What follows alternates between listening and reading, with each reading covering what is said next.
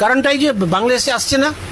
আমার খালি হোটেল ব্যবসা নেই, আপনি নিউ মার্কেট অঞ্চল দেখেন, বড় বাজার দেখেন, শ্যামবাজার দেখেন, গড়িয়াহাট দেখেন, শাড়ি মার্কেট পুরো, কাপড় মার্কেট পুরো, তারপরে হোটেল লাইন পুরো, রেস্টুরেন্ট লাইন পুরো, গেস্ট হাউস পুরো, সব একদম মানে টোটালি ফ্ল্যাক্স হয়ে যাচ্ছে। আর কি হবে কিছু বোঝা যাচ্ছে না। আমরা এত এত বড় বড় জায়গা নিয়ে কি করে চালাবো সংসার, কি করে লেবারকে দেবো, কি করে স্টাফকে দেবো, আমরা বুঝতে পারছি না। 40খানা রুম আছে, 20টা লাগছে, 25টা লাগছে, কোনোদিন 15টা লাগছে, এইরকম চলছে। কোথায় থেকে আসবে? ওখান থেকে এই সরকার, আমাদের সরকার ওখান থেকে দেবে, তবে তো তাড়াতাড়ি হলে আমরা বাঁচবো। শুধু তো হোটেল ব্যবসা, ধরুন আপনি মালিক নন, এখানে ধরুন অনেকে স্টাফ থাকে, সুইপার থাকে, ক্লিনার থাকে, এখানে বিভিন্ন কোথায় থেকে দেব আমরা? টাকা কোথায় থেকে জোগাড় করব? যে ব্যাংক ফ্যাংক লোন নিয়েছি ওটা কোথায় থেকে দেব, কোথায় থেকে মিটাবো? আমরা তো কিছু মানে মাথা মানে রাতে দিন ঘুম আসছে না, কি করব? আপনারা কি বিষয়টা জানিয়েছেন গভর্নমেন্ট অফ ইন্ডিয়াকে? আমাদের মানে যে ইয়ে আছে, আপনাদের যে অ্যাসোসিয়েশন আছে, ওরা তো সব সময় করছে, সব সময় গভর্নমেন্টকে বলছে, ওয়েস্ট বেঙ্গল গভর্নমেন্টকে বলছে, সেন্ট্রাল গভর্নমেন্টকে বলছে কি আমাদের কিছু রাস্তা করেন। আগে তো ভালো ছিল। একটা জিনিস মনে হচ্ছে যে ধরুন বাংলাদেশের অভ্যন্তরে যে কাজটাও হচ্ছে এটাও তো সমর্থনযোগ্য নয়। ধরুন অ্যান্টি ইন্ডিয়ান এস্টাবলিশমেন্ট চালু হয়েছে, ওখানে ব্যাপক প্রোপাগান্ডা চলছে।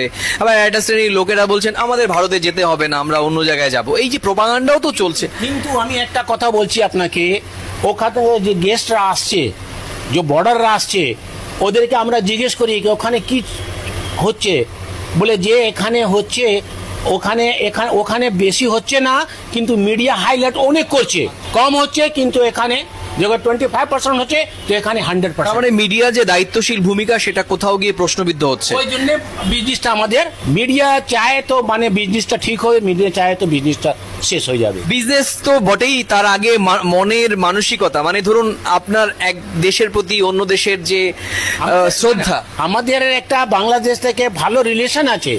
ওয়েস্ট বেঙ্গলে বলেন আপনি, ইন্ডিয়া, অল ওভার ইন্ডিয়া, এখানে খালি আমাদের হোটেলে নেই, ডক্টররা যত বড় বড় হসপিটাল আছে সব বাংলাদেশের উপরে একটু ডিপেন্ড করে, আমি বলছি না কি 100% ডিপেন্ড করে, 20% হলেও করে। এখান থেকে আপনি চেন্নাই চলে যান, বেঙ্গালোর চলে যান, সব জায়গায় এরকম চলছে। হাজারেরও বেশি কক্ষ রয়েছে, আর এই কক্ষগুলোর অধিকাংশই ভাড়া নিয়ে থাকেন বাংলাদেশ থেকে আসা পর্যটকরা।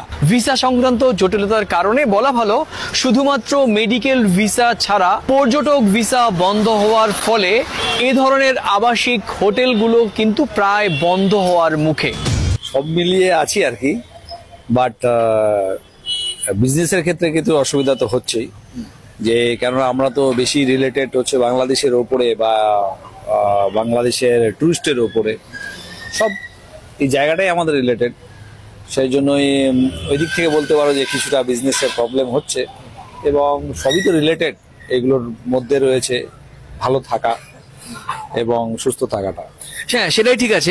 এবার ব্যক্তিগতভাবে আপনার ভালো থাকা না থাকা অর্থনৈতিক বিষয়, তাতে আমাদের ভারতের অভ্যন্তরীণ সিকিউরিটি, নিরাপত্তা একটা বড় প্রশ্ন। অনেকে বলছেন যে নিউ মার্কেট বা মার্কুই স্ট্রিটের এলাকায় যে ব্যবসা, সে ব্যবসা বন্ধ হয়ে গেলে যাক না, দেশের অর্থনীতি বড় না নিরাপত্তা বড়, সেই হিসাবে আপনি কিভাবে বলবেন? না, আমরা দেখো নিরাপত্তার উপরে কোনো আপোষ করব না, আমরা ইন্ডিয়া হিসাবে আমরা কোনোদিনও করব না ভারতবর্ষের ইয়েতে।